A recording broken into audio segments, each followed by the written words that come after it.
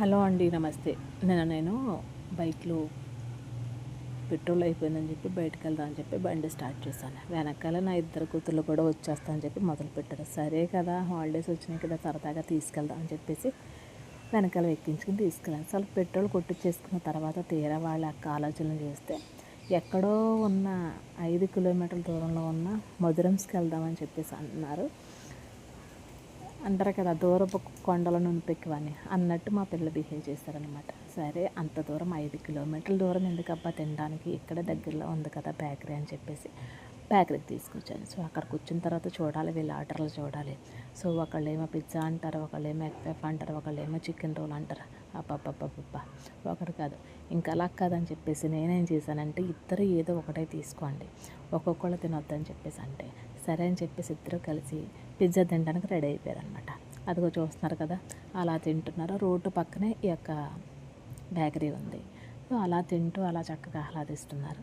ఒకరికొకరు సాస్ వేసుకుని మాత్రం తినేస్తారు. సో ఇక్కడతో ఆగారా అంటే ఇక్కడతో ఆగలేదు. నెక్స్ట్ వచ్చేసి ఒక లావా ఉంది, చాక్లెట్ లావా, ఆ లావా కూడా తీసుకున్నారు. సో అక్కడతో ఆగారా అంటే అక్కడికే ఆగలేదు. సో ఇక్కడ ఈ లోపు మేము పిల్లలు తింటున్నప్పుడు మాకు తెలిసిన వాళ్ళు ఒకళ్ళు వచ్చారు. ఆ క్యూట్ పాప అనమాట. జస్ట్ వీడియో తీస్తుంటే చూడంటే సిగ్గుపడిపోతుంది. ఇప్పుడు పిల్లలకి అందరికీ సిగ్గు అంటే మామూలుగా లేదండి అసలు. ఒకప్పుడు మా ఏజ్లో 90స్లో అయితే కనుక సిగ్గు అంటే అబ్బో అసలు ఏం తెలిసేది కాదనమాట. ఇప్పుడు అలా కదా, చిన్నపిల్లలకు కూడా ఎలా సిగ్గుపడాలో ఏంటని తెలిసిపోతుంది. సో ఇక్కడ కూడా లావా తింటున్నప్పుడు నాకు పెట్టాలన్నా ప్రేమ కంటే ఎవరు ముందు పెడతారన్న ఆతృత ఎక్కువైపోయింది వీళ్ళకి. సో సరే, వేడివేడిగా ఉంది కదా, నెమ్మదిగా తింటున్నారు. చూడండి, నేను పెడతానన్న పోటీ ఎక్కువైపోయింది. అంటే అమ్మకి పెట్టాలన్న ప్రేమ కంటే. సో అమ్మ అంటే ప్రేమ ఉంటుందండి ఆబ్వియస్లీ.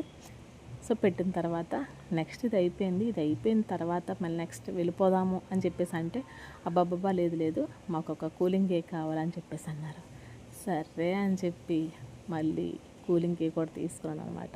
సో ఇలాగా కోరికలు నేనేదో పెట్రోల్ ఒక 300 పెట్రోల్ కొట్టించుకుందాము అని చెప్పేసి బయటకు వస్తే చూస్తే ఈ రోజున బిల్లు 900 తేలిపోయిందనమాట.